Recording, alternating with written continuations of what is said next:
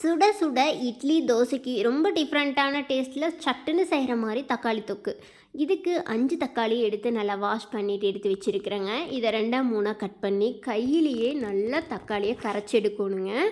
இதை மிக்சியில் போட்டு அடிச்சிடலான்னு அடிச்சிங்கன்னா டேஸ்ட் வேறு மாதிரி ஆயிரும். அதனால் கையிலேயே முடிஞ்ச அளவுக்கு கரைச்சி இதோட சக்கையெல்லாம் எடுத்து தனியாக வச்சுட்டு தக்காளி ஜூஸை மட்டும் தனியாக எடுத்து வைங்க.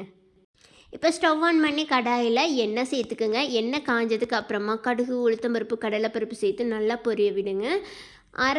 பாதி அளவு பெரிய வெங்காயத்தை கட் பண்ணி சேர்த்துருக்குறேங்க. காரத்துக்கு பச்சை மிளகா உங்கள் காரத்துக்கு தகுந்த மாதிரி சேர்த்துக்குங்க. 2 கொத்து கருவேப்பில் சேர்த்து வெங்காயம் நல்லா சாஃப்டாகி பச்சை மிளகா கலர் சேஞ்ச் ஆக வரைக்கும் நல்லா வதக்கி விட்டுருங்க. அதுக்கப்புறமா தக்காளி ஜூஸை இப்போ இது கூட சேர்த்துக்குங்க. இது கூடவே 1/2 டீஸ்பூன் மஞ்சள் தூள், 1/4 டீஸ்பூன் பெருங்காயத்தூள், தேவையான அளவு உப்பு சேர்த்துக்குங்க. இது ஒரு டைம் கலந்து விட்டுட்டு கொஞ்சம் கெட்டியாக இருக்கிற மாதிரி இருந்துச்சுன்னா 1 டம்ளர் போல் தண்ணி சேர்த்துக்குங்க.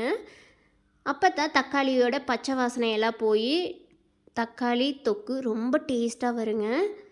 இப்போ இது எல்லாம் சேர்த்து கலந்து விட்டுட்டு மூடி போட்டு ஒரு 3லேருந்து 4 நிமிஷத்துக்கு மீடியம் ஃப்ளேமில் அப்படியே வச்சுருங்க.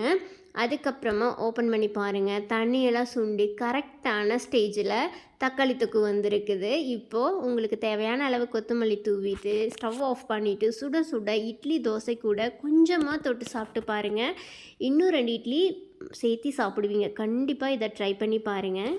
இன்றைக்கி இதை ட்ரை பண்ணிவிட்டு எப்படி இருக்குன்னு மறக்காமல் கமெண்ட் பண்ணுங்கள். அடுத்த வீடியோவில் பார்க்கலாங்களா?